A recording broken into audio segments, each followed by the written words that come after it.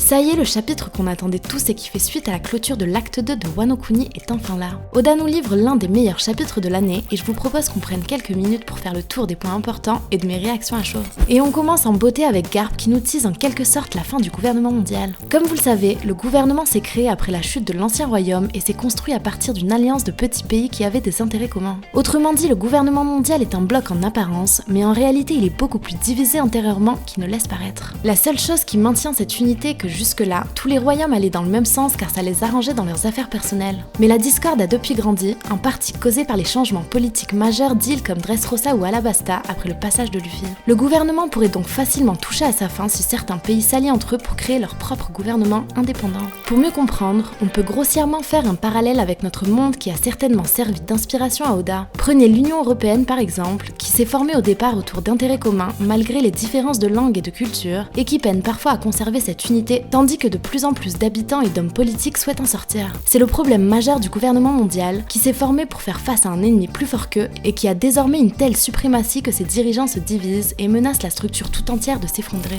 L'abolition des Shichibukai, qui a été votée à l'initiative du roi Cobra d'Alabasta et du roi Riku de Dressrosa, peut sembler être un coup dur pour le gouvernement mondial, mais si on se penche un peu plus sur ses conséquences, ça pourrait être en fait une bonne chose. Avec les divisions au sein des royaumes, Akainu, qui a toujours été opposé au système des Shichibukai, peut enfin réaliser une démonstration de force. L'intervention militaire aux quatre coins de Grand Line en fait certainement partie, et elle calmera non seulement la piraterie, mais aussi les royaumes qui constituent le gouvernement mondial, en leur rappelant ce qui pourrait arriver à ceux qui se désolidariseraient et réclameraient leur indépendance. Ce n'est pas pour rien, d'après moi, si Vivi et Alabasta sont visés par Im-sama et le gouvernement. Il s'agit du seul royaume appartenant au gouvernement, mais qui possède tout de même une certaine indépendance en ayant refusé de rejoindre la noblesse et en conservant ses traditions. S'il faut faire passer un message aux autres royaumes, nul doute qu'Alabasta serait le pays parfait pour servir d'exemple. Pour vous imaginer la situation, jusque-là on avait la piraterie, le gouvernement mondial et les révolutionnaires présentés comme les trois puissances majeures du monde de One Piece. Mais certaines nuances venaient s'ajouter comme les Shichibukai qui faisaient le lien entre la piraterie et le gouvernement,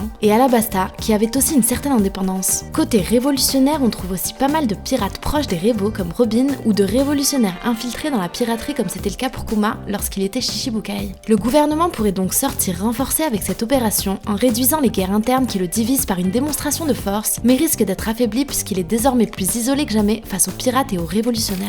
Et ça va me permettre d'aborder le cas de Sabo qui nous est plus ou moins annoncé comme mort dans ce chapitre. Je pense que vous êtes pas mal comme moi à ne pas réellement croire à la mort de Sabo, même si la réaction de Big News peut quand même faire douter. Le dialogue est un peu confus, mais Big News a l'air de sous-entendre que cette fois-ci, il dira ce qu'il a envie de dire à propos de cette énorme nouvelle et sans aucune intervention du gouvernement mondial. Quoi qu'il en soit, si la capture ou la mort de Sabo est réelle, je pense qu'elle sert un plan bien plus grand que ce qu'on peut imaginer. Dragon est extrêmement habile et Sabo aurait très bien pu recevoir la mission de se laisser capturer afin de déstabiliser le gouvernement mondial. Il connaît bien la façon de fonctionner de Barbe Noire et Sabo, ou plutôt son fruit, pourrait être l'appât parfait pour attirer Barbe Noire dans une guerre contre le gouvernement mondial et tirer profit de la situation pour passer enfin à l'action. Si vous vous rappelez bien, c'est exactement ce qu'a fait Teach quand il a capturé Ace et l'a livré au gouvernement mondial, dans l'unique but de provoquer la bataille de Marineford qui lui permettra d'acquérir le fruit de Barbe Blanche et un statut de Yonko. Au-delà des événements majeurs qui se déroulent et nous en mettent plein les yeux, se cache peut-être un plan beaucoup plus subtil mené d'une main de maître par Dragon en personne. Et avant de finir, je voulais vous mentionner un petit détail que j'ai adoré, la présence d'Ata-chan, un personnage très important de One Piece puisque c'est lui qui s'occupe de prendre les photos qui figurent sur les avis de recherche. Parti d'une blague d'Oda dans un SBS, ce personnage nous a été introduit en 2006 dans le chapitre 436 et on apprend aujourd'hui qu'il est en fait un agent du Cypherpol en couverture. On voit vraiment qu'Oda s'éclate avec son univers en ce moment et ça fait extrêmement plaisir. Et je me demande aussi si l'unité d'intervention secrète du Sword, qui semble regrouper plusieurs agents spéciaux dont Kobe et Drake, qui agissent en secret au compte de la marine, n'est pas inspirée du Shield de Marvel. Tout comme elle, c'est un groupe qui opère en secret et qui est dirigé par Nick Fury. On ignore encore qui est à la tête du groupe Sword, mais si le parallèle se confirme, je verrais bien Garp diriger cette unité, peut-être même dans le secret le plus total et sans l'avoir dit à Akainu. On s'est concentré sur la partie politique dans cette vidéo, mais d'autres vidéos arrivent tout au long de la semaine pour décortiquer tout ce qui se passe en ce moment dans One Piece, alors abonnez-vous pour ne rien manquer. Quant à moi, je vous donne rendez-vous très vite pour de nouvelles aventures, et d'ici là, portez-vous bien. À bientôt sur All Blue Channel.